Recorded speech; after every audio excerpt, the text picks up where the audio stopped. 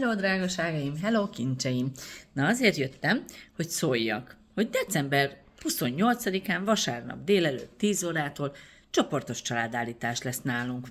És képzeljétek el, hogy jelentkeztek, akik állítást kérnek, és jelentkeztek már segítők is. De hát tudjátok, a segítőkből soha nem elég, úgyhogy legyetek szívesek, és adjátok tovább ezt a hírt, illetve legyetek szívesek, és gyertek el családállításra segítőként. A segítőnek is van dolga egyébként, és a segítő is ugyanúgy gyógyul ezekből a családállításokból, mert sokan azt gondolják, hogy nem. Nézelődni persze azt nem lehet, hanem dolgozni kell velünk. Úgyhogy gyere el, hogyha jól akarod magad érezni, egy kis önismeretet is tanulsz ezen a foglalkozáson, vagy ezen az eseményen, illetve lesz üdítőital, lesz ásványvíz, lesz nasi, hát jön a Mikulás is aznap, vagy hát előtte való nap, úgyhogy mi kell ennél több?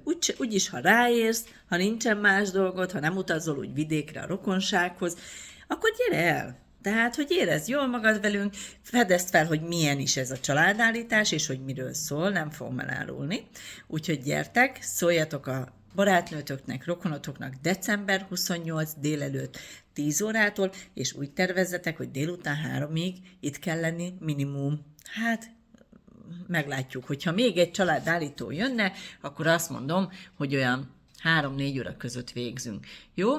Tehát még egy családállítást kérőt mindenképpen szeretettel várunk, de segítőkből hát kellene még vagy 6 darab, úgyhogy gyertek és segítsetek nekem, és gyertek és osztátok is meg. Köszönöm szépen, sziasztok, várunk benneteket, halihó!